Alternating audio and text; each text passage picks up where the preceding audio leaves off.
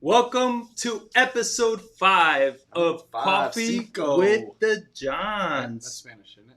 Cinco? Cinco? Yes. Yeah. No, dos, tres, cuatro, cinco. Okay, let's not go into Spanish lessons. I can count to 5. Yeah. I'm good there. I'm good there. Yeah, 30 years old, he can count to 5 in Spanish. Hell yeah. I live in South Texas. I can get 5. How do the new Google Translate with the app? They cannot Google Translate the translation. iPhone? Yeah. It's been That's pretty the good. shit. Yeah, the new iPhone updates have been, they've had some pretty cool stuff. I love I can reply to your comment from before. You know, just reply to that one. Yeah, that's Because pretty sometimes, how many times are we talking? We're having like 4 different conversations simultaneously. When aren't we? And so it's like, at least this way we could actually keep them more organized. Yeah. Some Yeah. cool updates. Yeah, Well, everybody, welcome to the show. If this is your first time watching and you enjoy what you hear, consider subscribing. On this show, smash that like button smash it. for the YouTube algorithm.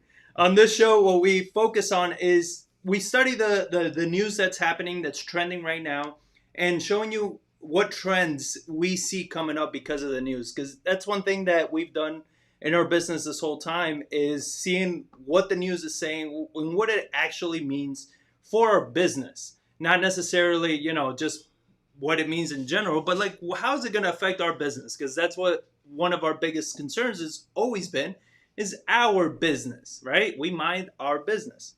So that's the point of this show. So again, consider subscribing. Smash that like button. Are you going to say that every time? Yeah, and you said, Oh, yes. I'll look for it. I know I have it somewhere. But next time. If you yeah. want the horn, we'll get it going next time. Yeah, it's a work in progress. But yeah, so, oh, wait. There we go. Told you I had it. My curiosity is, why do you have that on your computer? It's part of the program. Uh-huh. So on this week, we have a lot to cover. There's a lot of cool stuff going on. And we want to start off like we did last time with real estate. So what we wanted to talk about this week was actually start off with builder confidence. We're reading an article. We're going to be below. After we go live, you're going to see all the links below. But builder confidence reached 35-year high in September. And I mean, that's something that you and I have most certainly seen, right? In the article, they talk about there's a big shift towards suburbia, coupled with low interest rates. So everybody's leaving the urban cities. That's what COVID has done, right? It's, the density and all that. Yeah. All the shutdowns, all these things that are happening in major cities. A great example is my brother-in-law, right? He was in New York. He said, F this, and he came down to Texas.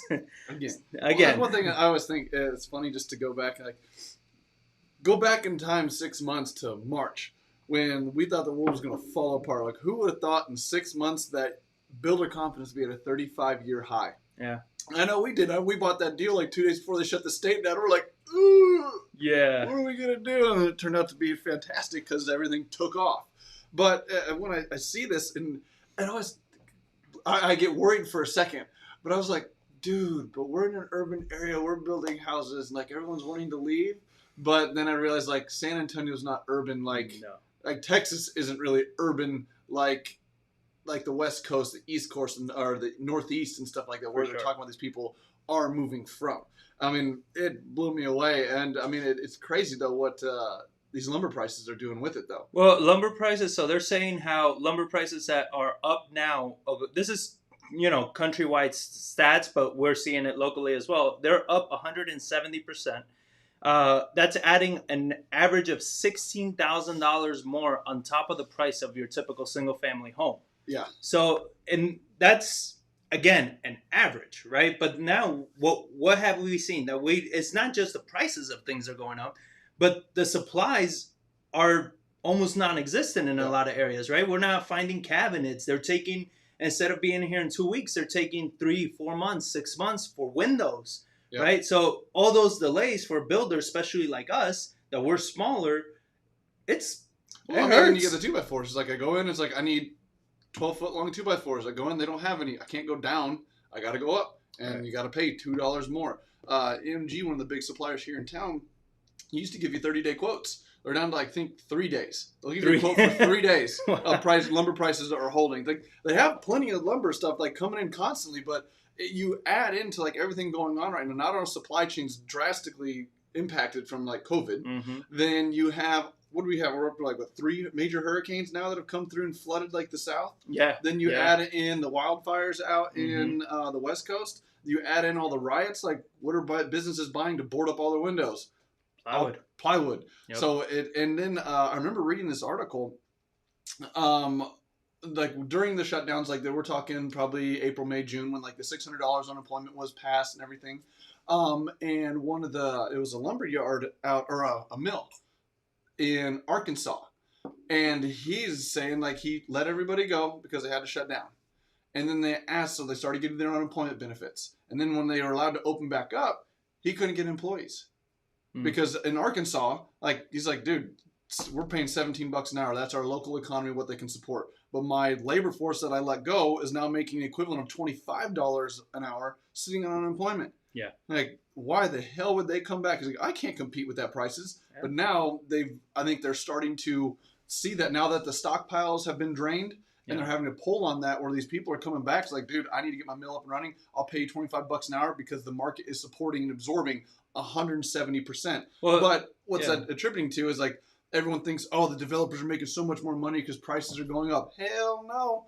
I was like, who's making this? It's going all the way back down the chain to the original person cutting that lumber to pay people to work overtime to get them to come back. Well, they were saying also in this article how they're seeing residential construction employment rose by 27,000 in August. So, I mean, being a contractor is kind of like going back to the good old days of contractors. When I first started working with my father and my family's company, being a contractor used to be very lucrative. Like, I mean, people always used to assume, at least in New York, that when you said you were in construction, it's because you were really with the mob, because it was a cash business.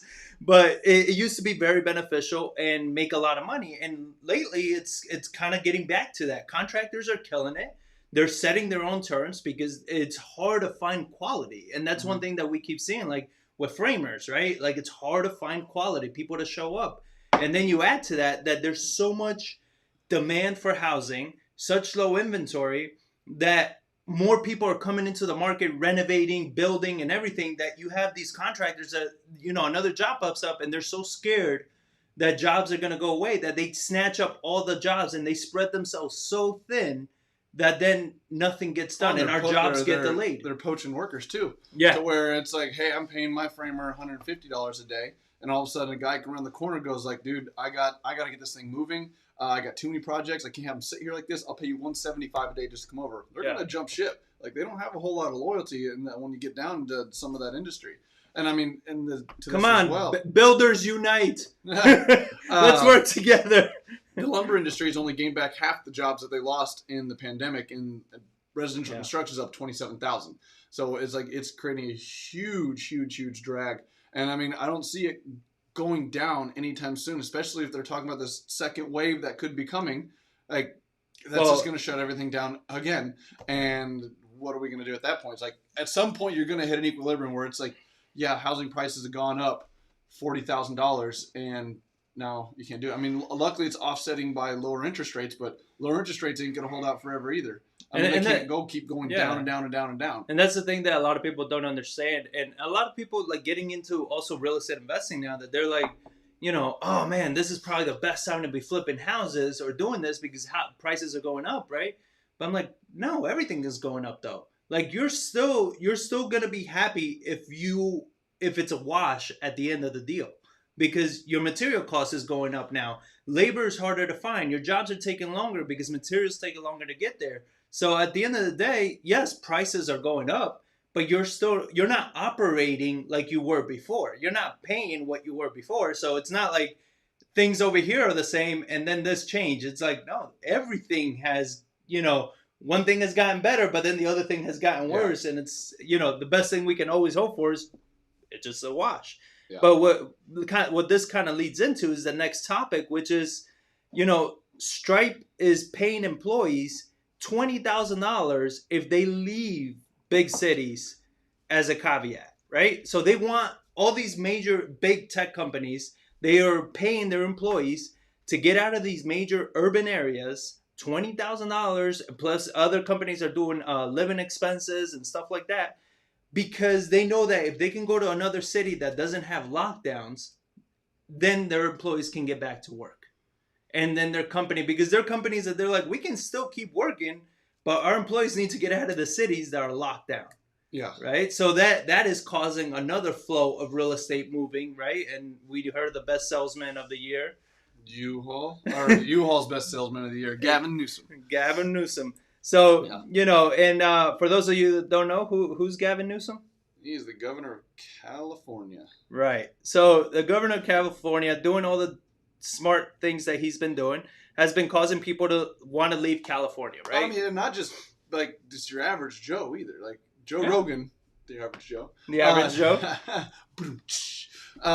He left. I don't have that sound effect. Oh, I got it. I'll get it. But yeah, he left and went to Austin. Very public, well-known figure. The #1 podcast on YouTube. Going to Spotify. Now telling everybody, he's like, I'm out. See you, California. Yep. He's gone. Elon Musk coming out. Very vocal guy. Tesla stock through the roof. We talked about in the previous podcast. Mm-hmm. A lot of people are watching him, and was all pissed off getting into Northern California, saying, and now he's building a gigafactory in Austin. Yeah. As making indications he's probably going to start shifting more and more of his business to Texas. And then you got Ben Shapiro on a 7-minute rant of just saying like, peace, California, I'm out. Lived here my entire life, but you have ruined this state for me. I'm gone. And he moved to Nashville. Like those 3 very, very vocal figureheads that are people that have money, they're leaving. They're gone. And then you get Stripe in here saying like, hey, we'll pay you $20,000 to move. The caveat to that is you got to take a 10% pay cut. So that's the part that I'm curious about, like what your thoughts on. So if Facebook, Mr. Sucks said the same thing, that he says that he's like, yeah, he wants all his people to work remotely. But he says that if you move out and you move to a more affordable place, then it's only right that you take a pay cut.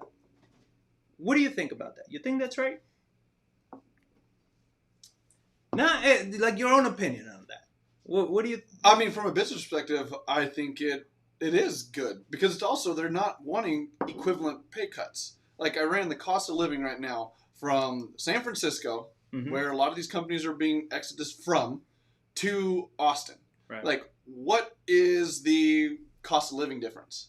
So they're saying you're going to take a 10% pay cut if you move. We're going to pay you $20,000 and your salary goes down $10,000 or 10%. Like, okay, what is that equivalent? Austin's 49% cheaper than San Francisco. So it's like, and not just on average. We're talking housing costs 71% lower, transportation costs 34%, food costs 27%, entertainment costs 24%, healthcare costs 60%. Every aspect is drastically lower. So if anybody has half a brain, sees that and goes, wait a minute, you're going to pay me $20,000 on top of my $100,000 salary, and then I just got to drop to $90,000, and it's like I'm getting essentially a 40% raise to move to Austin, Texas. Yeah, it's like, and like Austin's the most expensive city in Texas because it's so dense and like the environment there. But so I want to play devil's advocate here. Let's talk about these greedy capitalists. So what does it matter where you live if that job you've been hired for you still are doing? Why not pay you the same amount that you were already making? What does it matter where you live? If you're doing the same job, you were hired to do a job for $100,000, you're doing the same exact job, delivering the same results they expect, right? But you were smart enough to say, you know what, screw this. I'm actually going to move over here because it's cheaper, right, for me. And then my $100,000 now goes even further, right? So why lower that cost? What does it matter to the... Keep you no, but why does it matter? Like, why do it? Would you do it? I mean, you have your supply and demand where like this person wants $100,000, but now these people are leaving San Francisco, moving other places for other opportunities, and say, fine, I'm going to fire you, and I'm going to go hire this person that's willing to take 30% less because that's their average wage that they've had in San Francisco. So you're saying more it's supply and demand. So you're saying that, let's say Zuckerberg, like he said, if you move somewhere else that's cheaper, then you're gonna have to take a pay cut that's adequate to that move, Well, right? but it's not even adequate. Like they're still giving you a 30% No. raise. And I agree, and it's still a boost, right? But what you're saying is the reason they're doing that is because they know that they can just go to people in that city already and pay them that 20% less or whatever, 10% less, right? Yeah. And so it's supply and demand. Or it's just the fact that like, hey, you fire this person doesn't want to do it. Say they're sticking their feet and they're like, no, I'm doing the same job. I want the same amount. Say, fine, I'm going to go to your competition over here. So then why hire them in the first place? Because you needed them in that location at that current time. So right now you're saying employment is changing, so they no longer need those employees. So they're saying if you want to keep your job, you should move. Well, yeah, but the fact is they can go and say Facebook's a lot of people want to work for Facebook. A lot of people want to work for Google. So it's like, all right, this person's that expensive. I'm going to go down to my labor pool that's applying, and I found someone just as qualified. Say, actually, you know what? I'm going to give you this salary, but you have to move to Nashville. Mm-hmm. You got to move to Austin. And I bet people want to work so bad, they'll be like, hell yeah. And now they're losing. So I think the employees digging in their heels when they're already getting a good deal. Yeah. When it's like, dude, 20 grand plus a 40% pay raise. But you're also looking at it because you're single. You have a girlfriend, but you're single, right? And you don't have a family. But let's think about, let's say, like my wife. I've been trying to force her to move to Tennessee for over a year now. Well, Tennessee sucks, so that's why. Yeah, okay. Texas is better. It is. Let's not get into this. All right? That'll be a 2-hour-long conversation. Yes, and it never goes anywhere. We've already had these arguments. You're an idiot. You lose. Yeah, you make up your facts. But anyway, but you have, let's say, like in her situation, right? Her mother, her sister, her brother, my mother, my dad, my sister, they're all here. So, and we have 2 kids, little kids, right? 5 and 8 months. So it's like, yeah, for her, moving means like now I'm taking my kids away from their family, right? But now her job, let's say this was San Francisco. That's a terrible thought. But, now you're saying, well, but I worked for this job. I have all this. Now you're forcing me to move, right? Like, you get where I'm going? Like, it's kind of jacked up, but I get the business side of it because business is business. But that's also why I think that's why they're saying we're going to do it we're going to give you the pay equivalent to live in Austin and San Francisco. So we're going to cut your pay 40%. Right. It's like they're still giving you a huge raise. I mean, 50% raise, or it's like 10% lower pay plus 20 grand, like 20 grand for moving expenses. Like, if you wanted to, you could probably move a family of 4 for $20,000 plus grandma and grandpa. Yeah. From somewhere, well, I don't know. Those U-Hauls, Gavin Newsom's really got those U-Hauls jacked up. Well, coming from California. Yeah, but... So that's why I told her, getting a U-Haul from Texas right now is a bargain. Let's go. Not to Tennessee, it's not. Yeah. They want you to take it out to California. Well, I'll tell them. I'll be like, yeah, I'll go drop it off in California. I mean, I do see both sides of the argument, but from like a business aspect of a publicly traded company, they need to do what's best for the company. And because, like, what's their product? Their product is their stock price. It's a publicly traded company. Mm-hmm. So by leaving San Francisco, I'm just looking at it, a median 2-bedroom apartment rent in San Francisco is $41.28. Austin, it's $15.20. I mean, like, holy shit. It's 3 times in more. Austin? Yeah. Where in Austin? I don't know. It's a median across the whole place. So yeah. It's not downtown for damn sure. Yeah, no. But no, but I completely understand and I agree. And as a business owner, I completely understand. I mean, I'd see that. I mean, I would see that and be like, and they're not saying they're firing people. I mean, that's just hypotheticals that I brought up. They're not by any means saying that they're going to fire people. They're just giving people an incentive. They're saying, hey, if you're willing to move, we're going to give you this. Yeah. Right. And for those people that, and then tying it back to builder confidence and everything, that's where you need to pay attention to these trends, because that's why we have such a inflow of, people in San Antonio. And I believe like we're going to have to adjust, because they projected the San Antonio metro area population was supposed to get to it was supposed to double by 2030. Mm-hmm. But I think COVID is speeding that up ridiculously, right? Because San Antonio, if Austin is affordable to San Francisco, I mean, San Antonio... Dude, they're still opening restaurants and hotels here in San Antonio. Like, new restaurants coming online, like, new development, new corporate headquarters. Like, just this week, we saw that Past Blue Ribbon's moving here. or Who? Pabst. It's Pabst Brewing Company. Oh, that that's is right. relocating here. That shitty beer. What is it? PBR. Oh man, it's That all redneck American red, beer? white, and blue. Yeah. But they actually own Pearl as well, which is from here, obviously. So bringing it back. But you have a lot of people moving here, a lot of development. I mean, and that's where I was worried, like, man, everyone's moving to urban areas. But then I'm like, apparently we're suburban compared to Dallas and that's one thing why we always what we always look at and what we love about San Antonio is the infrastructure that we have here, right? Tennessee ain't got that. Sorry, I had to throw that little plug in there. I said San Antonio. You're saying Tennessee. It's a city to a state, okay? I'm going to a different city in Tennessee that's like San Antonio, but just better climate. That's the only reason I want to move. It's climate. I hate the summer. We have climate here. We just skip the You don't have summer. You don't have climate. We have summer and mild fall. Yeah. And then summer again. And we don't have winter. It's awesome. No, you're not gonna sell me on it. But that's kind of going back to it when people say, what are you guys investing in? We want rentals. Because with this influx of people, what are we going to have? Appreciation. Appreciation is going to be insane. Those people that are focusing only on owner finance right now, like, I'm like, you guys need to expand your horizons. Yeah. Because with this influx of people, like, you're selling a house on a note that's never going to accumulate to shit, where all these houses are appreciating like a stupid amount. The houses that we have, the 4 or 5 rentals, I was just looking when we refinanced. When was it? Like earlier this year? But what was it? Like 65, 62? The values at the time? Oh, 162, 165, depending on the house. And now there was a house that sold it wasn't even updated for 175. 175, 180, just like, holy shit. That's appreciation right there. You know, like, we could have flipped them at the time for like maybe 20 grand, but 6 months. And we're cash flowing like $300 a month. Exactly. On top of that. What are we doing? You got to understand these trends. That's how you figure out where to invest. So watch the market update. It should be going online next Friday-ish? Sunday mornings. People will like them Sunday morning. So next Sunday morning. New market update will be coming out with the freshest data on that. Subscribe. Smash that like See, I don't need sound effects. So you make them all. You want to take the next topic? Feds hold the rates. You've been wanting to talk about that? Oh, I love money and I love economy. So talking about the Federal Reserve, aka the Fed, indicated that they came out and they're not going to be raising rates for at least through 2023.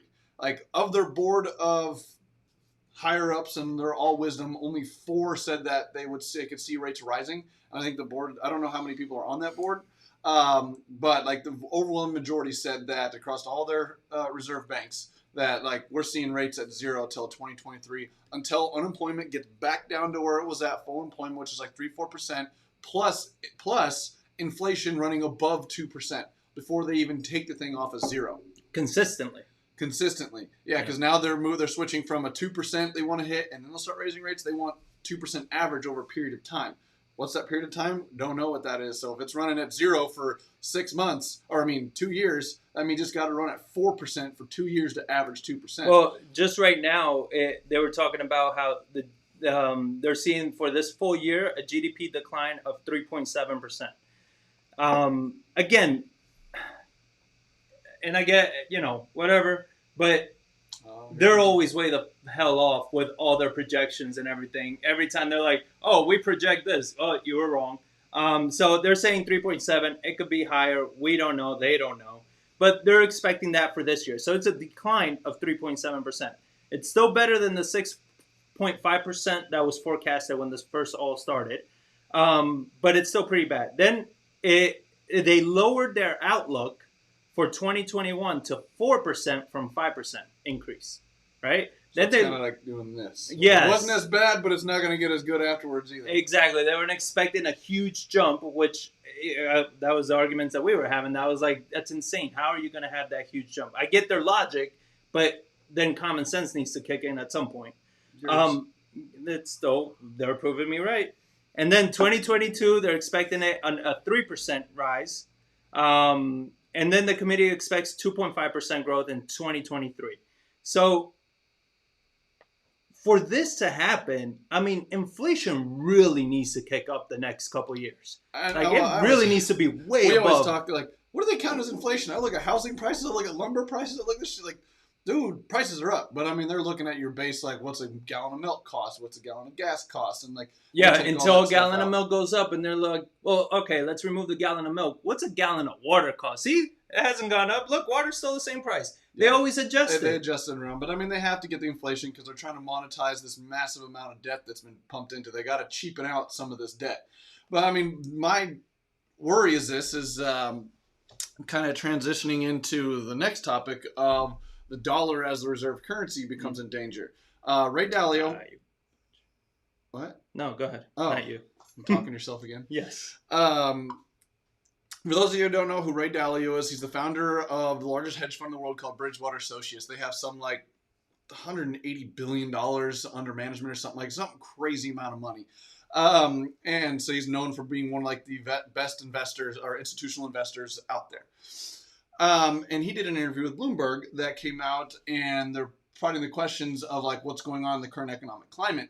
And he said, like, is the dollar in threat of being taken off, depegged to the reserve currency? And he's like, well, yes, in short, it is, because they're printing so much money because they're keeping interest rates so low. Right. And they're buying those out to the point where there's no return on holding bonds. So if you get no return on holding bonds, what are investors going to do? They're going to dump those bonds onto the market. Well, what that does, if there's no buyers, it bids interest rate prices up.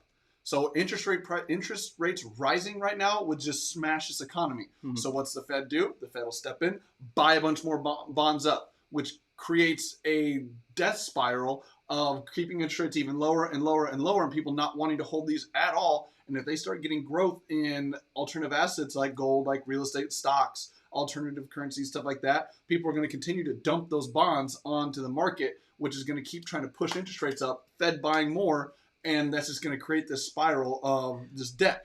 But where it goes, hold on. Let me finish my thought. Okay. I'm all caffeined up now. But he says, he's like, but there's only three currencies that have a big enough bond pool to support a reserve currency. It's the Japanese yen, the Eurozone euro, and the US dollar. He's like, the problem is all three of them are in the same exact position of these issues of massive stimulus packages. And I mean, you look at returns like the US still has at least a positive return, where you look at the euro and the Japanese, like they're paying like negative 1.5. So the US is still better, but the other currencies have gained position on the US dollar comparatively. For a 1-to-1 ratio, they have inched a little closer, but the US is still too far ahead to become an issue. But it is something that if they keep pumping and pumping and pumping more money in here, and they're not getting the growth, you could have this issue to where you could have a collapse in dollar. But it could create the hyperinflation they're looking for, because I think they do want that inflation. They do want to get this debt worked off and issue new stuff on top of it. Yeah, but I don't know. I don't agree with Dalio. And we both follow him. I think he's a very smart guy, and I do agree with what his premise is. I just don't believe that we're gonna get there, right? Because even though the U.S. is printing like crazy, right, and you should get inflation, we're not really, this is my point. We're not the only ones doing this. And if the dollar gets devalued, that means that the euro gets stronger or the yen gets stronger and all these other currencies get stronger. That doesn't help those countries. What it helps is the U.S. because now as the dollar gets more affordable, it gets cheaper, right? It gets diluted. It makes it cheaper for people to come to the States and spend money in the States because things are for sale. Exports get cheaper too. Everything gets cheaper, right? So now all those things get cheaper, so more money starts flooding into the States. And that's what those countries need. China, India, Europe, they need exports, right? So if the U.S. gets cheaper, now they got it. That's why Jim Rickards is, I think, a great economist to follow, because he came out with a book many years ago called Currency Wars. And I think it's still very relevant because he called this out. I don't know when I read that book, 2010 or 11 or whatever it came out. But he called all this out because it says it's a currency war. They're going to devalue, and then nobody wants a strong currency. It doesn't help any state because we're so in debt. We're a debtor world, not even a nation. The whole world is in what debt. Is it they said that the creditism, where like the creditism, whole economy basically is supported by creating new and continuous credit. Right. And the credit has to grow is what. So one of the things that a lot of people like to bring up is like, oh, but China owns us because they hold like $1.4 trillion of our debt, our bonds. Yeah, they say that if they dumped it, but, like they could, you know, but then we could stop paying it as well. Well, yeah, but that's one thing that everybody's favorite president, Mr. Trump, said way back when he was a businessman. He said, he's like, look, when you owe the bank $1 million, you have a problem. When you owe the bank $1 billion, they have the problem, right? Because it's a lot of freaking money. Mm-hmm. So when people say that, it's like, no, China doesn't have us by the balls. We do.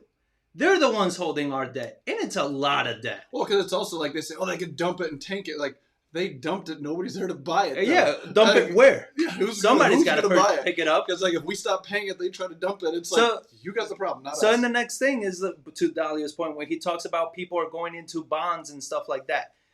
Who are the biggest buyer of bonds? To my understanding, the biggest buyers of bonds has always been other governments, not people. So other governments buy bonds because they're investing over 20, 30, 50 years, right? Like or 100 years? Yeah, it was some little country over like Ukraine. I don't know. Yeah, somebody like that. But yeah, they have like 100-year bond. It was at -1? Well, no, it was like +1. Like that's how far you have to go out to get like a positive return is 1% 100 years out in the Europe. So looking at all those things, where I'm going at with all this, with the economy and with why I don't agree with Ray Dalio's threat of the dollar is he said it wasn't a threat. He's like, it's a possible threat. And like, but it's always been. You got to look at because like the news does a great job of taking that piece, saying, "Oh, the dollar's in threat." Like, of yeah, course, you headlines. He's like Dalio's very smart in the way he does his interviews. Yeah, like he starts shaking. He's like, "I'm not going to give you what you want, but I know you're going to take it the way however you want." He's like, "Yes, if these things go right." He's like, it's a real concern. It's a real risk, but it's always been a risk. But it's also like nobody's better in the fact that like, yeah, but we were still so far ahead that we can afford to lose 10, 15, 20% appreciation because we were 80% higher already. I mean, that I would like to hear, you guys listening, what are your thoughts on this? What are your thoughts on the U.S. dollar being as a reserve currency? The only argument that I've heard that made any sense to me is if the U.S. dollar ever really faced a crisis of no longer being the reserve currency, the only logical currency to step in is the IMF, the International Monetary Fund. They create a currency called the SDRs, right? Special drawing rights. Sweet name. Yeah, and the special drawing rights is a basket of currencies and gold, and I think that's it as far as assets. I think it's gold. And then a basket of currencies of the biggest countries, right? Yep. China, a few years ago, made a huge move to be added to that basket of currency. Because if there's ever any crisis with the dollar and they need to remove it, which, I mean, we're talking about, you have the petrodollar system, right? That's what keeps the dollar so strong, is that you cannot trade oil without using dollars. You need dollars to buy oil. And Russia and Brazil, they tried to do their own shit before and it didn't work. Like, you need dollars to buy oil. So that's what's keeping dollars strong. So if that was to break, the IMF is the only one that will be able to step in with this basket of currencies. And at that point, I mean... I think we're going to get there anyways. It's just one of the things, like, you look at, like, they passed the debt off, like, Rickards talked about it, like, in 2000 or 98, the stock market bailed out a hedge fund. 2008, the government bailed out Wall Street. And then now you got the Federal Reserve bailing out the governments. And so now all the debt is held in like these central banks. Yeah. So then it's like, okay, who bails out the central banks? Now the IMF steps in and does it. So I think it's just they just pass the debt up. And I just wonder if at some point they just get to a point where they're like, all right, This is getting crazy. Let's just, what do you think? We just wipe away the last 10 years? Yeah. Start fresh. It's like, you're good. okay. China, India, we all fucked up. Let's refresh. Yeah, okay, let's go. I always wondered. It's like, what do they all just come to? Like, I owe you, you owe this. Let's get a fancy mathematician here to say, like, all right, we can all lower this amount of percentage and it's an equal across the board down. But who gets screwed with that is your third world countries, your developing nations, the ones that don't have. They're always going to get screwed. Yeah. I mean, not for anything, but so I mean, what's the solution to all this? I mean, well, right? That's where, like, where does this end? Like, what could stop this death spiral of assets pushing off? It's to get real growth, to actually get the GDP up and running, and it's on its own, not being just funny money propped up, money pumping in, cheap debt and getting off, to get some actual real growth, not just new goods and services, not people just trading hands and taking little middleman fees. Like, we need new products, new services, new businesses to come in and to grow the economy. This is where I'm not a fan of taxing everybody to death, because then you take money away from these private companies that create these things. No. But what could do that is, like, this crisis needs to end. People need to get out. We can't have New York and California. They're like the California's number 1, Texas number 2, and I think New York's number 4 behind Florida. Mm-hmm. It's like, we need, like, the top 4 GDP contributors to be 100% open and people moving around, outspending money, getting money flowing through this economy. And what's going to do that? We have to get through this crisis. And what's the end of it? We got to get a vaccine out there. We have to get some sort of immunization to where not everyone's scared to go outside wearing masks, to where we can ride buses, we can pack people in to movie theaters again, we can get restaurants at 100%. We have to have that. Yeah. In order to get the velocity of money to going, to get new businesses and the ability to grow. But what the issue with this is like, this vaccine has been so politicized. Oh, yeah. That we're having some real problems with people saying, like, are you going to get a vaccine? Because, like, it's been rushed so much where everyone's coming out, like, where you have the Democrats wanting to destroy Trump and Trump's wanting to destroy the Democrats. And it's just like, well, we're trying to rush this vaccine. We're going to get this vaccine. We're not cutting any corners. Well, then there's another article comes out from the other side saying it normally takes 3 to 5 years to develop a safe vaccine. And now everyone's like, whoa, well, I don't want to have a third eye pop out over here by getting some injection. And it's no secret that people are coming out, like, we're having the autism starting to rise and children are getting vaccine and stuff like that. There you go. To where conspiracies, guys. Yeah, but Pew Research did pewresearch.org did a study. And they basically, in May of 2020, said, would you get a vaccine of all adults? Mm-hmm. 72% of people said they would get a vaccine if one became available. This is in May. In September, as we're talking after the summertime of everyone go back and forth, that rate dropped from definitely get one to from 72 to 51%. 21% people are like, well, I'm just going to wait a little bit then. What do you think dropped that? I have my theories. What do you think dropped it? I think it's the people just not knowing what to do. I mean, you have so many conflicting articles coming out and people just getting scared. The stuff I just said, where you have an article coming out saying, oh, we're going to be ready by October. Trump coming out saying by October, we're going to have vaccines coming out. I think it's going to take us 6 months to get everybody vaccinated. And by the third quarter of next year, life will be back to normal. But then you have the other side coming out and being like, but why? How did we get this done so fast? What corners were you cutting to cut the time from 3 to 5 years down to 1 year?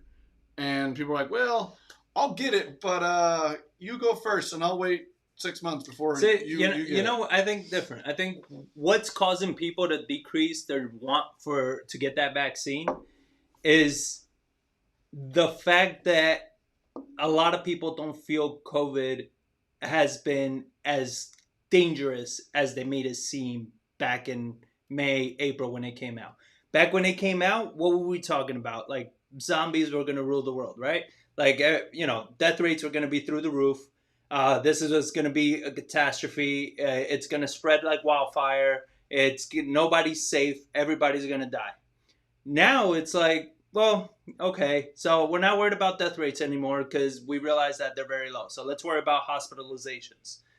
And then we realize, well, yeah, hospitalizations doesn't seem to be a big issue because most of the people that are hospitalized, like, yeah, they have traces of COVID, but COVID is not the reason why they're there. Mm-hmm. right? So it's like even those numbers are being corrected now, right? So now people are seeing this stuff, and I'm starting to see a lot more people out and about in a more relaxed fashion. They're not scared like they were before. Well, They're not, so I think now when, like, to me, vaccines are scary, right? To me, medicine is scary, period. Like, I don't like, I don't take ibuprofen unless, like, I'm in agonizing pain. Which doesn't like, do anything at that point. Well, yeah, like, I don't like medicine. It's just my thing. Like, they always, I don't know, call me ignorant or whatever. Like, I just don't like medicine. So I would not be taking a vaccine myself. I would not be taking one based on the data that I have about COVID, based on all these things, because to me, it's like, it's the same. I don't take the flu vaccine either, right? I've never gotten the flu. I don't take the vaccine. To me, it's like, I keep my body very healthy. So in case that was to happen, I know I have a strong enough immune system that's going to fight it. Yeah. You understand? Now, that's not saying that I think that the corona, that COVID is a lie. I think if you have a pre-existing condition, that COVID can make it worse, 100%. I don't have a pre-existing condition. I'm healthy. My family's healthy. We don't have pre-existing conditions. So I'm not going to go through that and put chemicals and a vaccine into my system that I just don't feel is necessary based on all the data. 100%. I mean, I agree with you on that fact. I mean, I don't think people have done enough research to know that. So I disagree with you on that point. I agree with you in the fact that, like, yes, I'd rather just not get it, keep a strong immune system, take care of myself, and let it fight it because it comes back stronger after that. But I don't think people have done enough research to see that. Texas is, I mean... I don't think it's research. It's just that they're just going around and they're like, oh, okay, yeah, maybe but it just doesn't seem we as live bad. here. Yeah, was it New York and Texas? Or not New York and like California, East and West Coast. Like they're barely opening restaurants. But you can't compare to those stupid states though. Like they most of their rules and laws are politics. Like it's not the people. Well, that's what I said. It's the news that's being pumped in out there of like fear mongering and keeping everybody locked down, thinking this is still going to turn you into a zombie. Yeah. So I think, and you have certain pockets, but until this blows over, you're going to have this issue where you're going to keep people locked down. They're going to be scared. They're going to watch the news.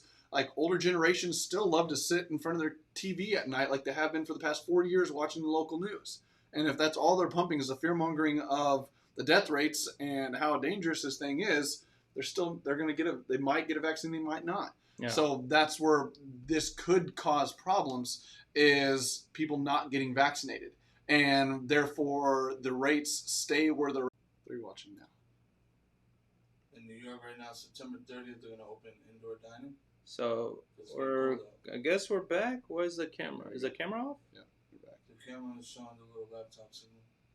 All right, let's see. Yeah, the thing's just spun. Yeah, don't know what the hell just happened. Screen's black though. Yeah. Back live? Yeah, we're back live. Just don't know what the hell. Webcam utility beta. Don't know what just happened. Unplug that. Plug back. Gotta love technology sometimes, right? There we go. So we seem to be back now. All right. All right. There we go. Okay. We can hear you. No camera. Yeah, we should be good now. What are you getting a feed? Yeah, I'm getting a feed. That was weird. I don't know what the hell happened. I think that everything just kind of overheated a little bit. You know what it is? We were talking about COVID, and Apple got upset, and they ended up shutting me down. Okay. Like, nope, done. Next topic then. All right, we're back on. Sorry about that, everybody. Technical glitches by the tech master over here. Well, yeah, you gotta love technology. So good. I love Apple. Says the guy having an Apple computer. Hey, I haven't updated. It's like 9 years old. Okay, genius. Anyway. What were we talking about again? When not COVID. That's for sure. We're done with COVID. Apple, I'm sorry. We're not talking about COVID. Okay? We're not good talking people. about vaccines. No, none of that. We are very, very good. Apple's awesome. So, the next thing you had on the docket was the oh, man, what's that lady, the judge's name that passed away? Ruth Ginsburg. Yes. Where'd that go? It's not on here anymore. So Ruth passed away, the judge, Supreme Court judge, and it's a big deal, right? It's a big political deal because Oh my God, is it? Trump gets to elect pretty much a third Supreme Court justice, and why this matters, why Democrats and people are freaking the hell out, is because the Supreme Court essentially keeps the law of the country what it is, right? They interpret the law, reinforce, yeah. and they reinforce the Constitution and all that. And Democrats don't want another conservative Because judge. they say if that happens, then it'll be a 6-3 split between conservatives and liberals. Yes. On the panel, and everyone's freaking out that Roe v. Wade is going to get overturned, and a lot of the laws, the progressive things that the liberal left is trying to push, won't be passed because now you have a massive majority on the Supreme Court. And I mean, it is dangerous, and I mean, I don't want to say like scary or anything, but one reason they're so pissed is because this exact same thing happened in 2016. Who is they? Who is so pissed? Oh, the Democrats. Okay. Like, they're extremely pissed because when Obama, Anthony Scully passed away in Obama's term, right in, they call it the lame duck election area, period between two presidents and elections, stuff like that. Well, he passed away. That means the president gets to nominate the new Supreme Court justice, and then it has to go through the Senate to be confirmed. Well, at that time, the Republicans controlled the Senate. Right. So, and even though they knew they had an election coming up, Trump won, they refused to take up Obama's appointment. And so they saw it as like, you stole the appointee from Obama. So, because once Trump came into office, they eliminated Obama's appointee, and Trump got his first nomination. Yeah. And they pushed him through. So now this has happened with Ruth Ginsburg passing away. As terrible and tragic as that is like, but now he's got 3 appointments to where he can essentially, the Republicans can put 3 Supreme Court justices for lifetime appointments. Yeah. On basically replacing a third of the Supreme Court in a 4-year span. And now the same thing's happened where she's passed away. We have an election coming up. And now the Republicans are trying to rush through and get this person confirmed. Even if Trump loses, the Senate is the one that's in charge of getting the person appointed and voting for it. Which the Senate is still controlled by the Republicans by, I think, a 53 majority. 53 senators are still Republican. To where now Trump's still appointing. They still hold the Senate. He can appoint somebody. They can do the confirmation, and they can go through and essentially vote and appoint this person before the inaugurations in January. Right. So that's why they're so pissed, adding more fuel to this fire, and now making that very political and trying to add more fuel to like why the Trump shouldn't be doing this. Republicans are terrible. And I think they're going to do it anyways, because the only 2 senators have come out and say Republican senators come out and said we don't support the vote. So that leaves a 51 majority in the Senate, and as long as like they vote just, hey, do you vote yes or no? And they say, then they have a third option of just saying present. It's not saying yes, it's not saying no, I'm here though. So it doesn't go to the no column, it doesn't go to the yes column. So now it shows that we have a 51% 51 senators that are going to say yes, and even if we lost another one, you have to get over 50. And if it becomes a 50-50 tie, Mike Pence steps in, vice president, and breaks a tie. So it looks like they have the ability to push it through as long as, and I'm sure it's going to happen just like with Brett Kavanaugh, the Democrats are going to find some reason to drag this thing out as long as possible, come up with all kinds of stuff to try to drag this out past next January, to where if they take over, and especially if they win the elections, they're going to drag it out. If they do take over the Senate in January and the presidency and essentially control all 3 branches of government, they're going to try to drag that out as long as possible, try to make that happen so they can get their appointee in there. So, I mean, my thoughts on like why I think this is messed up, because one, I don't agree that these Supreme Court justices should be this damn old, right? And still be justices. Like, I think we need to have a cap on this shit. Like, they're old as hell, have illnesses and all this shit, you know, and then they lifelong appointing. I mean, that to me should not be for a position this important. I don't know if it should be a lifelong thing, right? I don't think we should have lifelong, because they become politicians essentially. They're not yes, they're judges and whatnot, but they're become essentially politicians. Well, And I think that becomes very dangerous when you're not kind of cycling well, through. and that's also in like they just try to hold on. It's not for the best of the country. They look at it as like, and it's not to say that I'm just speculating on this. It's like, of course, they don't want to retire during like a presidency 4 years. So if it's of the other political party that you don't like that president, you don't trust them to replace you, you're going to try to hold on as long as possible to where when the Obama person, he passed away. Yeah. And on the job, he passed away, and then trying to hold on as long as possible to get to the next cycle. And now Ruth Ginsburg, to where she's been in and out of the hospital for a long time, and now she's like holding on to the very, very next time, to where it's just like, at some point I agree, it's like, look, there needs to be, I mean, I think for politicians there, because I mean, essentially you can be in the Senate and to hold a lifelong position there as long as you continue to get the votes. Right. I don't think it should be lifelong appointments or have the ability to stay in the Senate that long. It should be term limits on the Senate, and there should be appointees where it's like, hey, you need to do certain cognitive tests every single month as you get up there in age. It's like if you're 80 years old and above sitting on the Supreme Court, you need to be able to pass these certain tests in order to stay on the job, or you need to be, it's like you need to step down. So why is this? Why does this matter?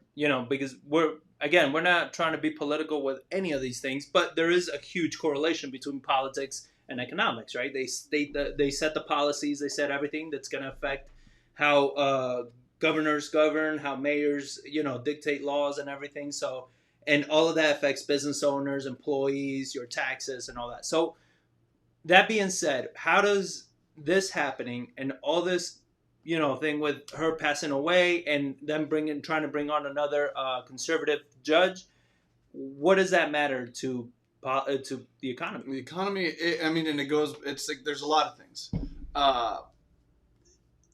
When people feel threatened, they're scared. They don't know what's going to happen. They kind of close themselves up. And it's this natural human tendency to be like, I'm not going to go out here. I don't want to go spend money. I don't not necessarily want to go spend money. They just they hunker down. Yep. They don't want to go out and do as much, which means they're not spending enough money. What does the economy work on? The velocity of money. It's got to be moving through the economy. It's got to be going from this person to that person, moving around and doing things. So now what's making people scared? Like, it's no surprise. You watch the news, like we're a very divided nation right now. To where one side is trying to kill the other. Especially if you watch the news. And even if one side comes out with a good idea, the other side's like, hey, that's a great idea, but I want the credit for that. That's a terrible idea. No, it needs to do it this way. And so you have a lot in the news about the elections coming up. You have the Ruth Ginsburg passing away now. Then you have the stark differences between the tax plans and the directions that they each want to take the country. And then you add in like numerous other things, and you add in the coronavirus on top of that. So now they're trying to politicize this thing as much as possible to just destroy the other side. And I think that's where it worries me for the economy is people don't go out there, to where we agree that the coronavirus isn't as dangerous as they originally said. But then you have these other massive GDP players to our economy playing it up like it is a thing, to where they can just now open restaurants in New York at 25% capacity. How in the hell do you operate a restaurant at 25% capacity? The 25% includes staff. It includes staff. Like, are you serious? So it's like you can have 4 people eating at any given time. What was it? You told me that article here in, like, they're now, I can't remember if it's already passed or it's about to go into effect, where restaurants in Texas can open up to 75% capacity. You were the one that mentioned this to me. No. Oh, no, he just did. I read that like probably a week or two ago, that Abbott passed that restaurants can start opening back up to 75%. Aren't we waiting capacity. to be like in phase 3 for that to happen? No, I don't think there's phases anymore because they rolled everything back. They changed they rules. Changed all But even at 75% capacity, you were telling me yesterday that without additional aid, 50% of restaurants in Texas, where we're running at 75%, are in jeopardy of going out of business. Yep. How is a restaurant in New York or California, when we look at these cost of livings we talked about earlier, being so high, how can they afford to keep their doors open and the rent payments going at 25% capacity? Yeah, and this was a survey of 3,500 restaurant owners and operators in Texas. So, the biggest issue that New York is facing is the huge exodus, right? I mean, the biggest factor for running a restaurant in New York, like profitably, is the amount of people that are there. The lifestyle in New York, right? That's the city that never sleeps. But now the city's sleeping at what is it, at 11 or some shit, right? Like they shut down. They shut down the city at night, so they causes less people to be out. So now less people are going out. More people are leaving New York. So now these restaurants, not only do they have less of a market to increase their chances of people coming in, but now they also have a limitation on how many they can come in, and that includes their staff. And it's not like you say, well, have less staff. You can't operate a full restaurant with less staff unless you like completely shrink down your menu to where it can be managed that way. Well, I mean, and you'd then have seen that who wants here. to go there? A lot of restaurants moving at limited item menus. They're like, hey, our menu used to be 60 items, now it's down to 10 because they shrunk their menu sizes down. So that did happen here, Yeah. but I don't think we were ever at 25% here. Yeah. Or I think they opened it up straight up to 50. I don't remember back, but I mean, we opened up extremely fast compared to the nation. In Texas, I think Texas was one of the first ones to very aggressively open the economy back up. Yeah. No, it's a that's why like all these things, they affect economy because again, it's the policies, they affect how people are going to govern, who's going to govern, and we've seen it. And again, I'm sure a lot of people listening, they're like, oh, you guys are Republicans. I'm not. I consider myself a political atheist. I don't believe in any of these cults because that's exactly what I believe. I believe they're cults, right? They don't allow for free thinking. Like I said before, if I believe that people that need it should get a handout, oh, you're a socialist, you're a Democrat. Or if I believe that it's like, no, leave businesses alone, let them operate. Oh, you're a racist, you're a Republican. It's like, no, I'm actually thinking for myself. As crazy as that seems to sound lately, it's like, no, I want what's best for the country. And I can't side with either party because they're both going to extremes. The Democrats are not what they used to be, and the Republicans are not what they used to be. Well, I mean, you look at it too as like, I can't remember what it was like. You went back, they did some survey like 50 years ago. How much did you trust the government to do a good job? And dude, all-time lows nowadays for the government expecting to do a good job because you can't trust anything they say. That's why everyone's like freaking out about Joe Biden's tax plan and stuff like that. It's like, doesn't mean shit. One guy he can push an agenda, but it doesn't mean they're going to pass the thing to where if they don't take over the Senate, they can propose all they want in the House and try to pass all these new tax reforms, but they're not going to do it. They can't pass it. One thing that I do find that they need to change, and actually Ruth Ginsburg. I don't know why it's a tongue twister for me. She had a very valid point when Obama went through this, where she says a president should be allowed to execute the roles of the office until he's no longer president. So that means if he loses the election or that's the end of his term and he's not done until December 31st, he should be allowed to carry his job out till December 31st, right? Whatever that entails. I agree with that. In both scenarios. I think it cannot be because the Republicans were against it then, now they're in favor of it now, right? It's different this time. Yeah, it's always different, right? Yeah, that was a different scenario back then. But that's what I'm saying. Like they always flip flop, and I think that was an excellent point from her because I think you should, and I'm on either side. Like if we're gonna have a president that's gonna be president until the end of the terms, then they should carry their job out to the end of the term. Yeah, I think it's extremely messed up to where and as soon as I read last Friday that she passed, I was like, we got LJ on. He says Lawrence Rotowski. I don't know who this guy is, but politics. Yeah, baby. Glad I came in. Yeah. Go ahead, man. Put in your 2 cents. Yeah. Fill out the comment box. Yeah, we know you have some opinions. But anyways, I knew that they're gonna try to confirm somebody because now they control the White House and the Senate, and it's like, and they just did the same thing, and they didn't do it back then, and it didn't take but 20 minutes before articles coming out saying that they're going to try to do it, but this isn't fair because they did it for Obama. But then Mitch McConnell comes out and says, yes, but this was a different. If you go back to 1880, it's never done when they have two different parties. I always love that. Branch. I was like, I always love when people use history to prove a point because history Just teeing it up for you. only proves a point depending how far back you go. Yeah. Because if you go further back, it contradicts your point. And if you go further back, it contradicts that point. Yeah. It's like, oh, but look at history up until this point. Don't look further back because then I'm wrong. You know, Yeah. and don't look further because then We've I'm been wrong. doing this since 1880. You know, It's like, yeah, it's always, and everybody always uses history. Like, oh, if you go back to blah, blah, blah. Yeah, okay, now let's go back another 100 years. And it was the opposite.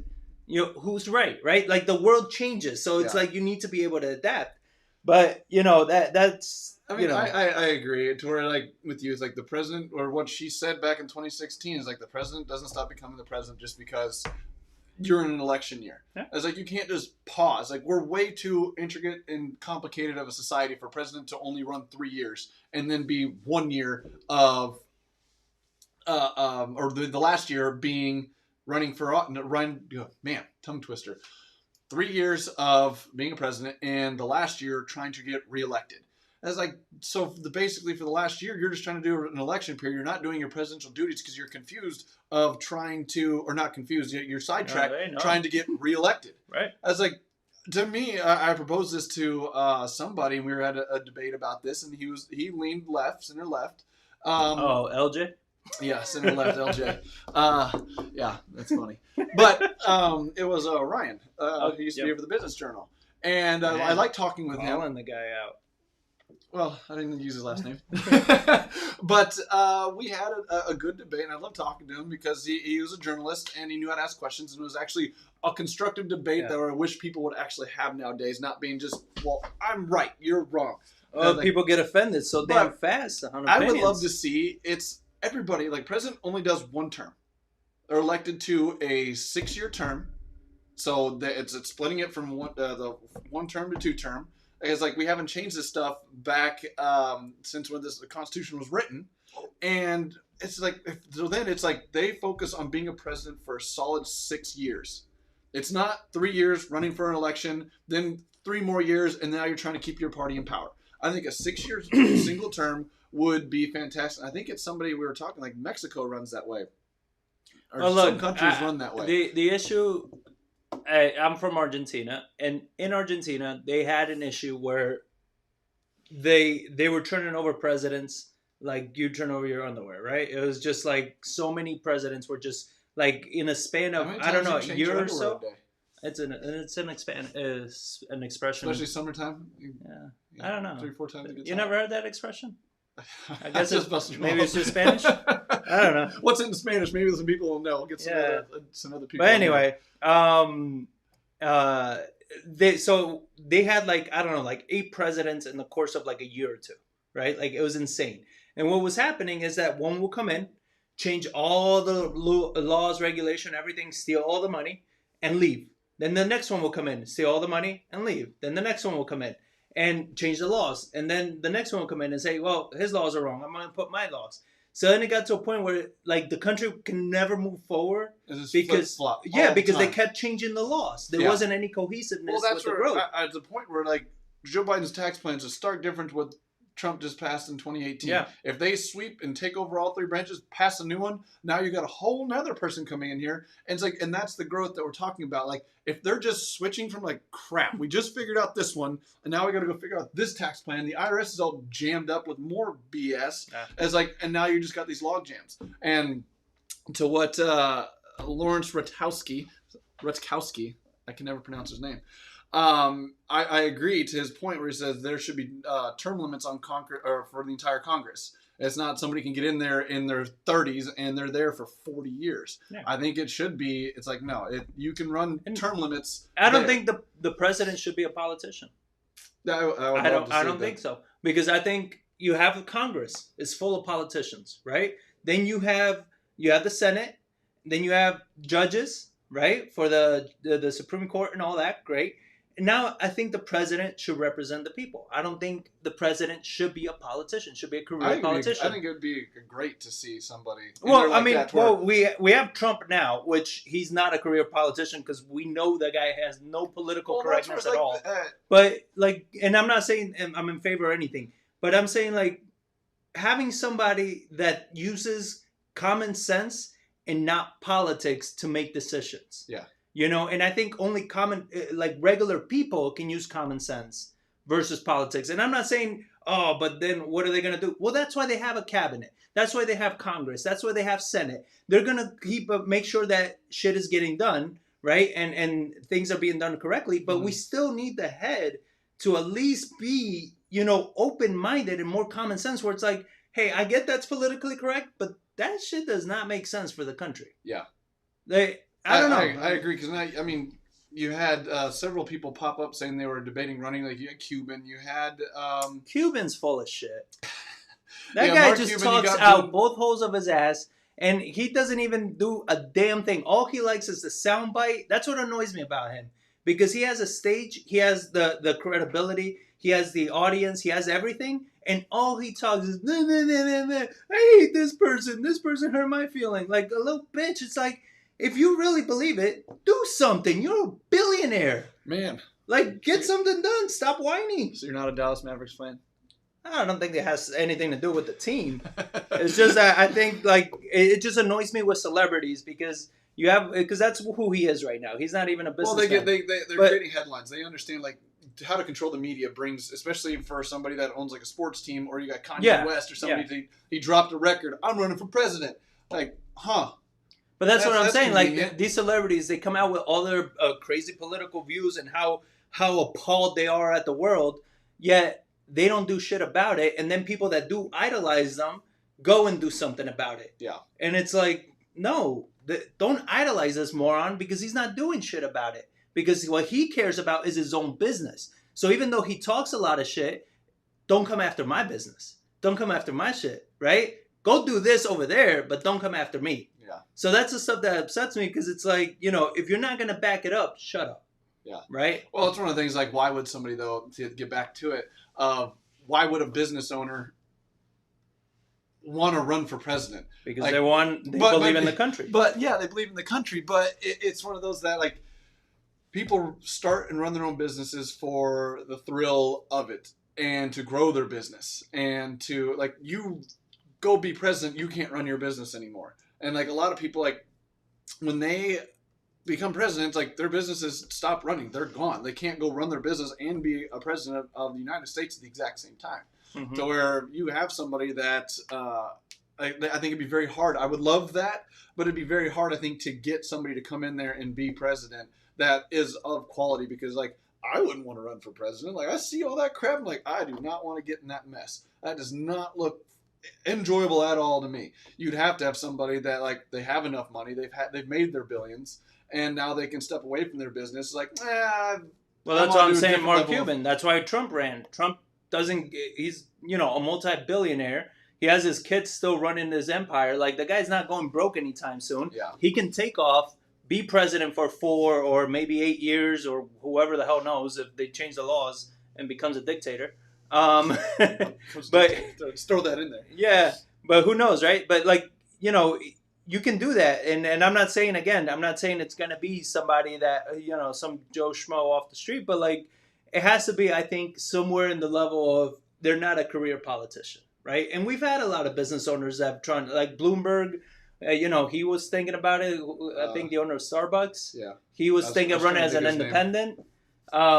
So you've had people that are interested, and they have more than enough funds. Howard Schultz. Yes. He has more than enough capital to run and maybe make a difference, right? Mm-hmm. So it's like, I don't know. But let's move on from this. More on the business news.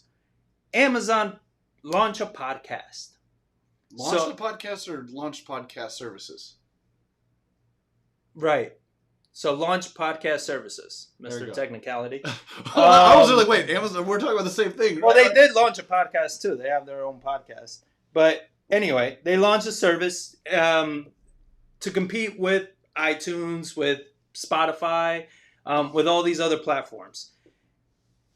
Amazon is just taking over everything. I mean, and they have the platform to do this. I mean, one thing, I can't remember where it was I heard it, but they brought up an excellent point where they said, think about it. Who's Amazon's biggest, like, client in a sense? It's authors of books. They go to authors of books and says, hey, I have a podcast that you can be a part of. We have a platform that you can be a part of, and it's going to help promote and sell your books even further. Yeah. They have all these people that people already love their books, read their books, buy their books. Now they their gave products them out. all their products there, so they have. You're gonna have drones zipping all over the skies. Yeah, Dragging drones. little banners that is promoting podcasts. And stuff Oh, like we were that. thinking about that, but yeah, you have all this stuff. Like Amazon is they're killing it. I mean, they're completely killing it. And Well, no, I think for those of you listening that have Amazon, Investors Journey's on Amazon podcast as well, so check it out. We're one of the 70,000 podcasts that's on there, so that's pretty. Okay. Oh, one of the other podcasts I listened to, they talked about they brought in, they have 70,000 podcasts on Amazon compared to iTunes over 1 million. Yeah. So like, woo, we're one of the first. No, I think this is a huge move on Amazon's part. I think them. My thing was always, why did it take so long, right? Well, that's where I think they're seeing is like, podcasts are your new news source. Mm-hmm. To where people are too busy, they don't want to listen to the radio anymore and commercials. They don't want to listen to TV because, like, it was Bet David's podcast. They were talking about this. He's like, I was in one of their guys. Like, I was in radio for 15, 20 years, or not radio, TV. And he's like, but now he's like, I don't watch TV. I actually get annoyed when I go on there and I can't fast forward through the commercials. Oh yeah. And he's like, I get my news now through podcasts. Like my radio, like my last 3 vehicles, I've never adjusted the presets for the radio. I barely turn the radio on. It's always, I get in my truck and it's podcasts, audiobooks, or music through like Spotify or something like that. Mm-hmm. And I think that's what Amazon's seeing is like through their products to be able to walk in and say, hey Alexa, play my morning news. And then you can preset what podcast you want to have listened to. Or if there's little news clips, like one of the ladies we follow, she does little 5-minute real estate news updates every so often. It's like, play my real estate news. So now you can have all these little things in here, that little sound bites that you can control. And I think that's where they see this going. They're like, we have to have this, we have to have content. Because there's no point, we don't want to go through Apple and using these other services. We want to have our own platform to control. So them creating podcasts and trying to grow that, I think is a very smart business move for their line of products that they currently have, and it just moves further and further to their world domination, to where Jeff Bezos believes solely in just constant reinvestment and growth. I mean, they're just saying how last year alone, Amazon Music has overtaken Apple Music to the 2nd spot of the most popular paid subscription, just behind Spotify.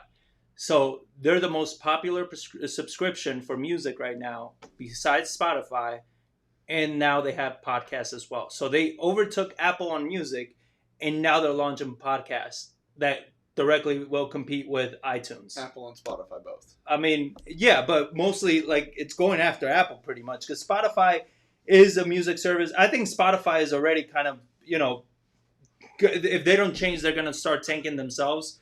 Because Joe, like we were talking about before we went live, from their podcast platform. I think they're going to hurt themselves in a lot of areas with this mentality. So we were talking about how Joe Rogan signed the contract with Spotify, and now the only place that you're going to find any Joe Rogan episodes are going to be on Spotify. You're not going to see them on YouTube anymore. You're not going to see them anywhere but Spotify. Now Spotify is dictating how and what he says in his interviews. So if he says something that Spotify doesn't agree with, which he recently said about something related to a transgender, they made him apologize for that. Because some people within Spotify's company, which is based over in Sweden, I believe, Switzerland or something like that, some people were offended by it, and he can't say that in today's PC world. But that's what we're talking about. It's like, but that's not Joe. That's what made Joe Rogan Rogan. Is like, he's not a politically incorrect person. No. Like I think he has opinions like we all do, right? But like he's a person that he's more center left, right? And he's been very vocal about it. Yeah. And he's that's what makes him great. Is like he has an opinion and people enjoy that. Yeah. And that's what we talked about. That pisses us off so much that people can't have opinions anymore and have a public voice without people just going balls to the walls. I mean, you can't say anything to anybody. You hurt my feelings. To where I hope in his contract he has the ability, but they already said that you can search it, like what Joe Rogan podcasts or episodes are not going to be on Spotify, and there's a list. that are going to be banned off there, and they're your controversial people that they don't see as being politically correct and that work with their platform. So and I think sold out, and that's why a lot of people are kind of irritated about that, and they're hoping that it doesn't change. But I don't know when it goes live over to Spotify. I definitely think that Spotify needs to be careful. They need to, and this is what I think about all platforms, to be honest. This includes Facebook and everything, is that you should not be policing. I don't think that's your job. I think your job is to provide the platform and let the people police themselves, right? Let the algorithm police itself. Where, people always complain about the, the stuff that comes out on their Facebook feed. Yet on my Facebook feed, I don't see any of those things because the algorithm knows what I'm interested in, and I don't see any of that crap. Yeah. Right? So I don't have to worry about any of that. What do I see? Business news, real estate news, stuff that I'm interested in, people that I'm interested in following, not the other ones.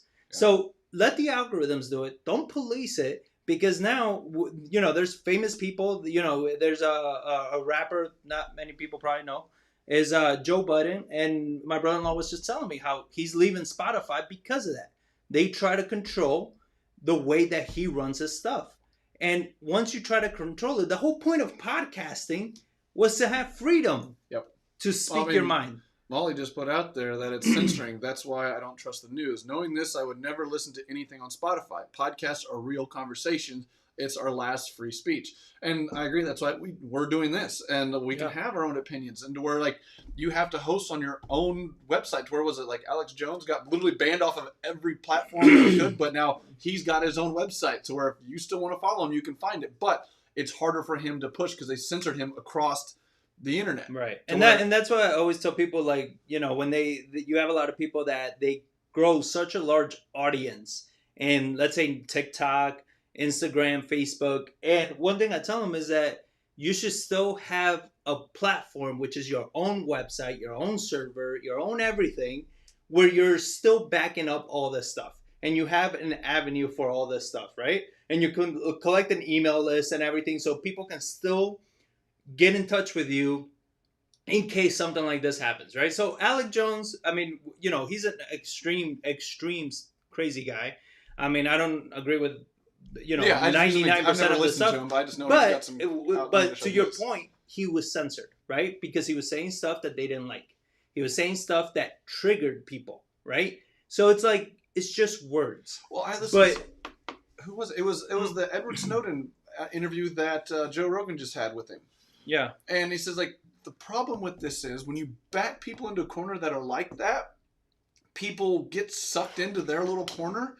And they're never exposed to anything else. Right. So that's where extremists thrive. That's why a lot of these terrorist organizations thrive, is because they get backed into this corner. They censor the news. They don't have access to a different opinions. So that, and when they're being trying to controlled, that's why it creates divisions, because nobody crosses the side because they're being censored on both sides. Yeah. And they're not, because they talk about the reason Facebook, you see all real estate news, economic news, business news, is because they want to give you articles that keep you on your that platform. They don't want you going somewhere else because they make advertisement off you. Yeah. But the problem with that is if you're super right, conservative, or super left, all you see is stuff that support your views. You never get anything from the other side because they want to keep you there. So they just keep pumping more and more and more stuff that agree with your views. And I think that's a problem with it as well, as they don't force some kind of other conversations. But there you go. So you used a word that just gave me chills. They shouldn't force shit. You should be a free thinking person, right? I consider myself to be, again, and I do. I listen to both sides. Why? Because I look for both sides. I want to go see what the other side thinks. I don't need to be told what to think. I don't need to be told, hey, stupid, you need to listen to this side. I can make up my own mind. Right? I can make up my own mind. I can think for myself. And when I hear one side, I instantly say, okay, that's interesting points. Now let me see the contradictions. But that's most people don't do that. I understand, but that's their problem. That should not be controlled. But then now you have the problem that you have in our country where nobody listens to the other side, and now we have this massive division. So how do you cross that line? It's a pendulum, right? You cannot control common sense. It's something that it goes from one extreme to the other. back to the other, and there's times that we're crossing the middle, and sometimes we lag in the middle a little bit longer, and we have some nice times, and then it goes back to the other extreme because people get bored, right? And I always love the saying how, weak men create bad times create strong men create good times create weak men, right? So I always love that saying, and that's exactly what's happening. What's happening right now is we had very strong times, and it's created a bunch of very weak And people. we're not talking, we're talking the generation of America, generations Oh, that have created 100%. a very strong country. 100%. We're not talking last 4 years or anything like that. No, this is, I mean, I think they say like our grandparents' generation was like the greatest generation of America. The ones that fought the World War I and II and came out of that gave birth to the baby boomer generation. That's where I've always heard like that was the greatest generation of America. See, as far as making strong. Lauren says, what makes Alex Jones' content different than CNN, Fox, MSNBC at this point? Absolutely nothing. You're right.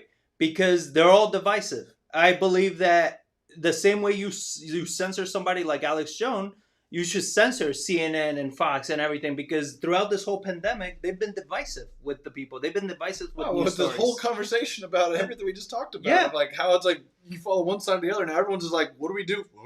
I'll just sit here and just wait for other people to figure it out. Even to the point where somebody's... I was watching an interview where the guy lives in California, and he's a Republican, and he says, you would vote for Trump? And he's like, yes.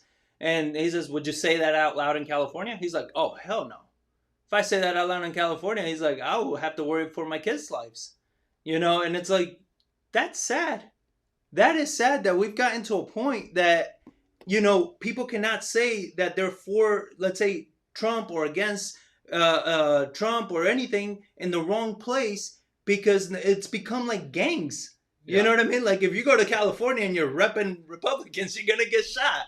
And then if you come, well, not Texas anymore, but if you go to Tennessee and you're repping Biden, but you're repping Biden in Tennessee, you're going to get shot, right? So it's like, how did we get to that point? And it's the media.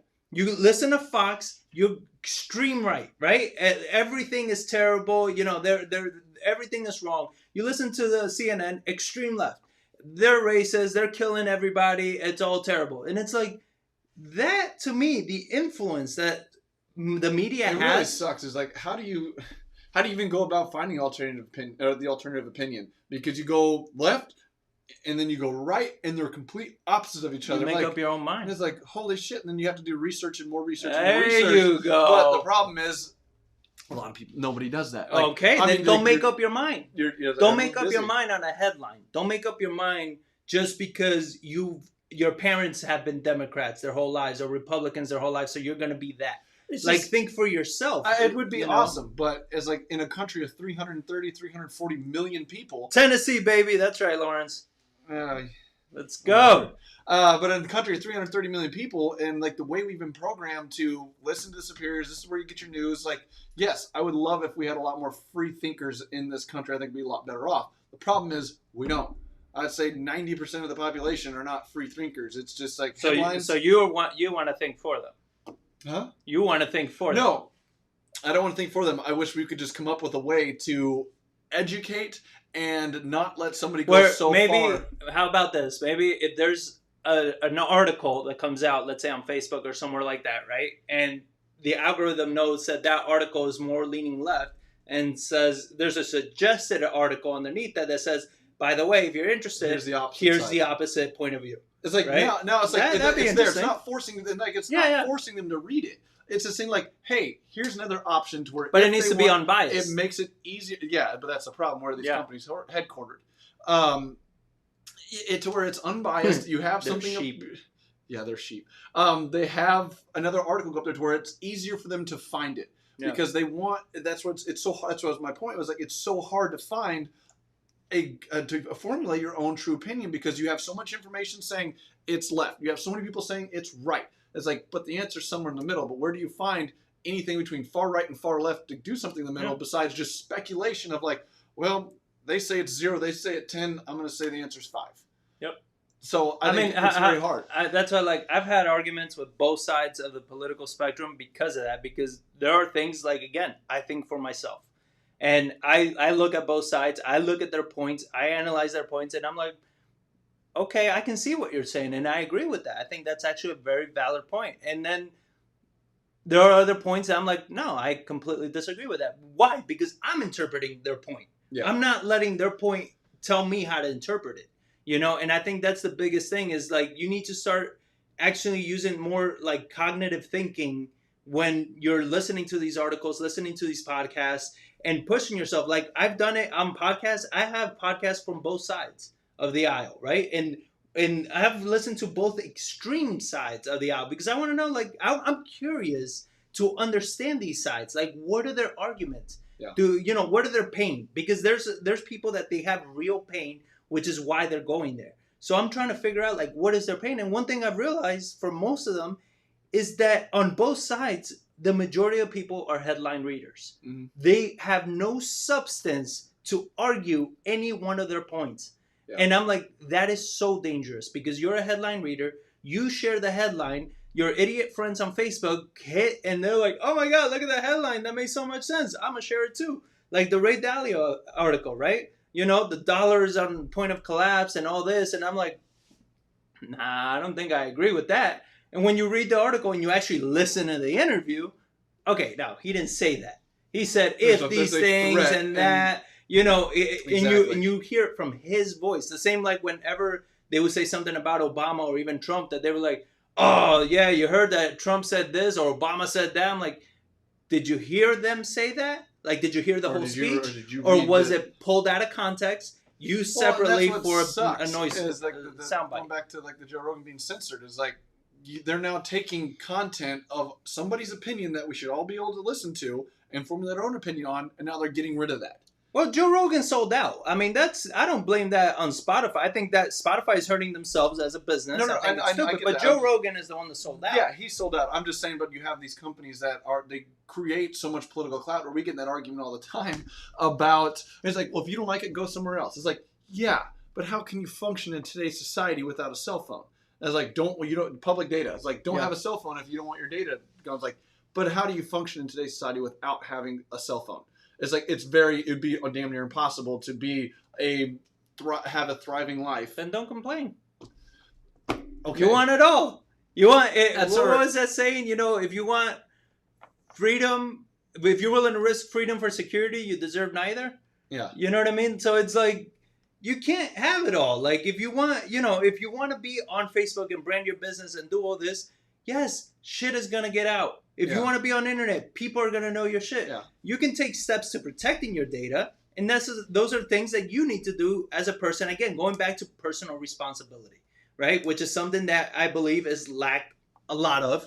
And people are, the argument that I hear that just like runs chills through me is when people are always arguing about, okay, this is the point. This is, shit, I lost my train of thought.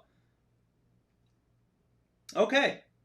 On to the next topic. Well, actually, Molly Hernandez put on here like landline. What's a landline? Yeah. Yeah, a rotary phone? Yeah, rotary phone. I love those videos on Facebook where you see like a 12-year-old figuring out how to operate one of the old turnstile Well, they had phones. like 16 or 18-year-olds looking at it. They're like, you got a minute and I'll give you $100 if you can dial this number. Yeah. Like, so do you push the button? Do you go backwards? Like, how do you go? Like, it's hilarious to see that. Yeah, but personal responsibility, people. Come on, stop waiting for everybody. Bitches that people need to control their lives. Don't do it. But the next headline. This is good. This actually excited. News. It's all news. It's positive or negative depending how you take it. But it's news. Yeah. High-speed train between Dallas and Houston gets federal approval. That's right. We're finally stepping into the 21st century. So cool that I live in San Antonio. Yeah. Yeah, well, it's a step in the right direction. We're getting there. Yeah, it's one of the triangles they want to create. It's one leg of the triangle they want to create. Because they eventually want to have high-speed trains that run from Dallas to San Antonio to Houston, Dallas to San Antonio to Houston, back to Dallas. Yeah, and then obviously Austin's just right along the way. Yeah, we run over Austin. So the link of Dallas is it's pretty much they're saying that it's gonna take about 90 minutes to go from Dallas to Houston. They expect to start construction next year in the first half of Within the 2021. next 6 months, 8 months, 6 9 Yeah, months. yeah, and they're saying it could take up to 6 years and cost over around $20 billion to do. That's to me where this actually Wow. just gets crazy. Is like we're gonna build this like $20 billion 6-year high speed train. It's like, is it still gonna be more affordable than just flying? Because to Dallas, from San Antonio to Dallas is only $100, and I can get there in an hour. And the flight's only 45 minutes long. So like they're gonna spend this massive amount of It's $100 to fly. from San Antonio to Dallas. Yeah. Yeah. Right now during the crisis.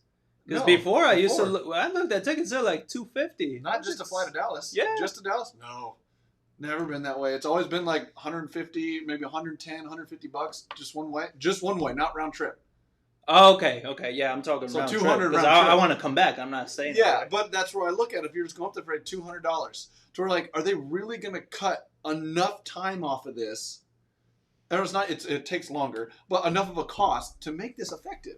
I mean, it's cool. It's awesome to be able to have high-speed trains and stuff like that, but it's still like, is it still going to be more effective than flying? Well, I Is mean, that I any- can't see them charging for a train ride, $100+ for a train ride. Like, Yeah. I mean, trains are known to be the cheapest form of transportation, right? Like, I can't I mean, see them being I do that see expensive. this putting pressure on airline industries, which I do think needs to happen. To I like think the alternative airline transport- industry's already having plenty plenty of pressure. pressures. They got to have built $20 billion from just to survive from the government. Exactly.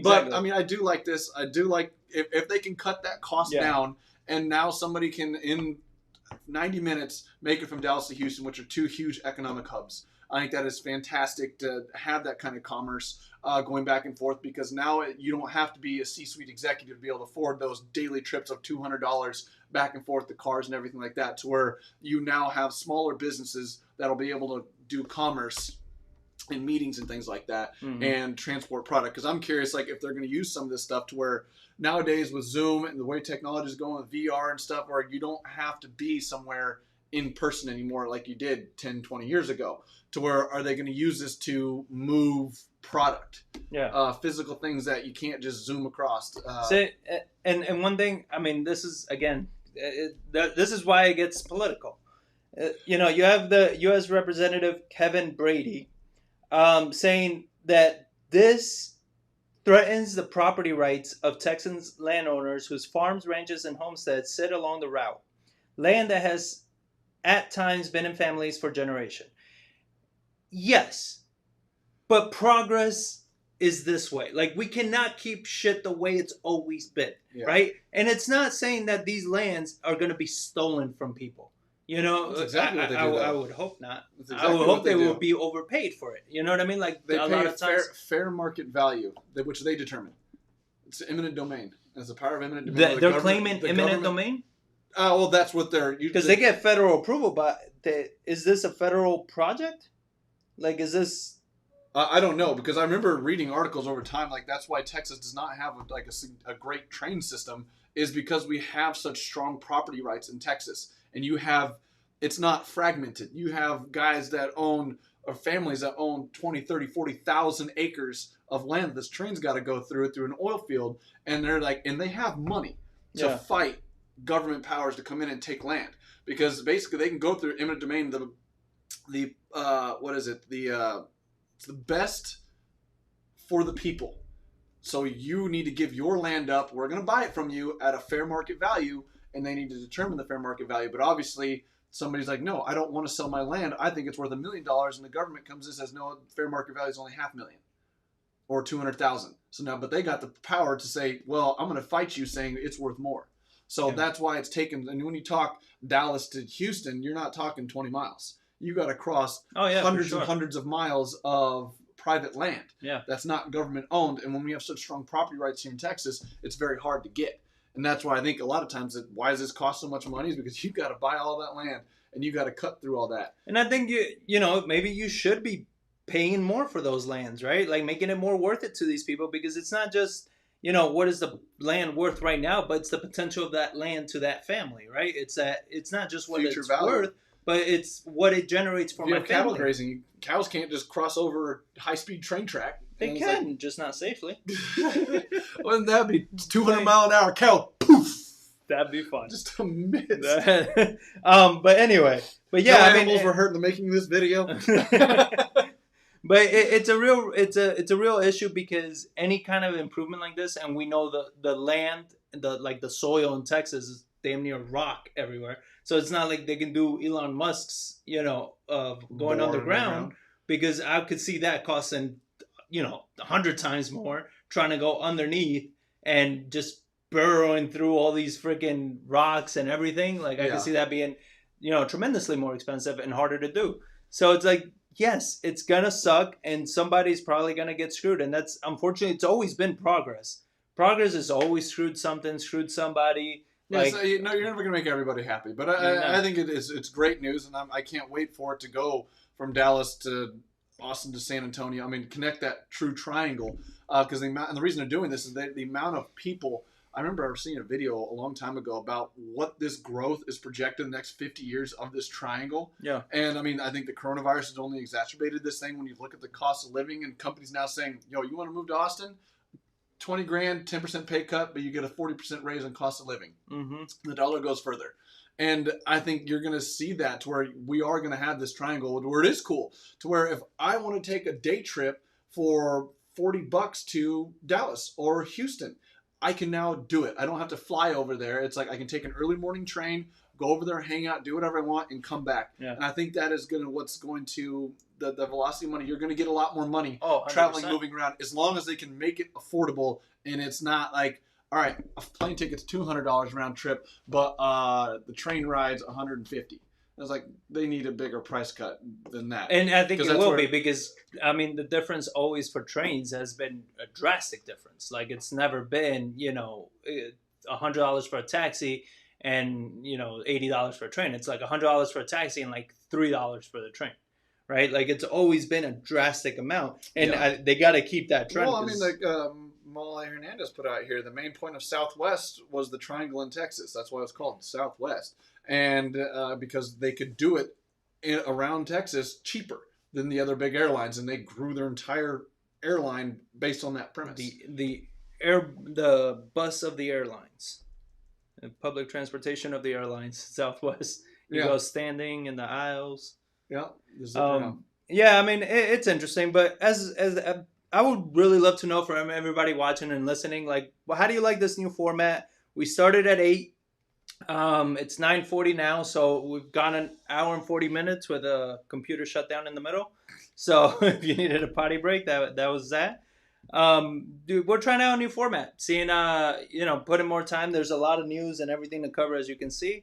So hopefully you guys like it. And to kind of wrap up, I did want to talk about one more thing though. This is something that just has me excited. We have in November, Mike Tyson versus Roy Jones coming up. Mike Tyson is coming out of retirement. Roy Jones is coming out of retirement. They've been training. They've been going at it. Mike Tyson is a beast. Huh? How old are these dudes? Mike Tyson, I want to say he's like, 53 or something? Around there. Roy Jones is around there as well, or Mike Tyson's in the later 50s. Dude, can they survive that? But hey, you need to watch the videos of Tyson training. That guy's a beast. And he is going back into becoming a beast. 54. Who? Mike Tyson. So, yeah, Roy Jones is what, like 51, 50? He's got to be around there. Like, they're not crazy far apart. 51. 51. There you go. Yeah, I just 50-year-olds duking it out. That's pretty crazy. Yeah, I mean, it's not a terrible, it's not insane. I mean, they're not going to go 12 rounds. I think the fight is set for like 8 rounds. Mike Tyson's never even lasted 12 rounds anyway on his prime. Like, he's a fast fighter, heavy hits, gets tired very quickly. Lennox Lewis, that's how he beat him. He just kept him at a distance. And after 6th round, Mike Tyson couldn't even pick up his arms anymore. So it's going to be one of those kind of fights. It's in November. I think it's the weekend of Thanksgiving. This got me excited because I've always loved boxing, but I loved heavyweight boxing because that was just, these guys were They're not, fighting in wheelchairs. man, they will whoop your ass. So be careful. I'd pay to see that. But you see Mike Tyson fight and practice and everything, and it's been it's been crazy. Like this guy is back at it. His endurance went back up. He's running like 4 or 5 miles every morning. I mean, I don't run a mile now, and this guy at 55, 54 is you running. can barely walk across your house because your back's all jacked up. It's in recovery. Okay, it's in recovery now. So, but yeah, I mean, I'm excited. I'm really excited. I'm rooting for Mike because he's always been my favorite fighter. I've Just never one heard of of those. Roy Jones, so I think Mike Tyson. You never heard of Roy Jones? Oh dear God. Okay, so moving on to the next. Wow. We got a new listen here, Star. So my first time tuning in, and I loved it, guys. We'll be on the lookout for the next episode. Appreciate you turning in. Give it a like, subscribe, smash that like button. Wait. Ah, damn. Okay. There you go. So, all right. So that's it, guys. That's it for this week's episode. Hope everybody has an amazing weekend. Again, like I said last week, stop being so soft. Stop being so sensitive. Identify with who you are a little bit better. 2 weeks ago? I'm saying that every week until people start listening. Make up your own mind, people. Listen to, try to think of both sides. Try to make up your own mind. Don't be a headline reader. If you want to be a headline reader like myself, I don't pay attention. I used to not pay attention a lot to the news. Therefore, I never had an opinion on it because I never paid attention. When I wanted to have an opinion on it, I started paying attention. So pay attention, look at both sides, think for yourself, and make your own decisions because this really affects you and affects everybody around. So make sure that you're making an effort in this. So, sir, pleasure as always. And to everybody watching, have a good weekend. See you next Friday. Take it easy.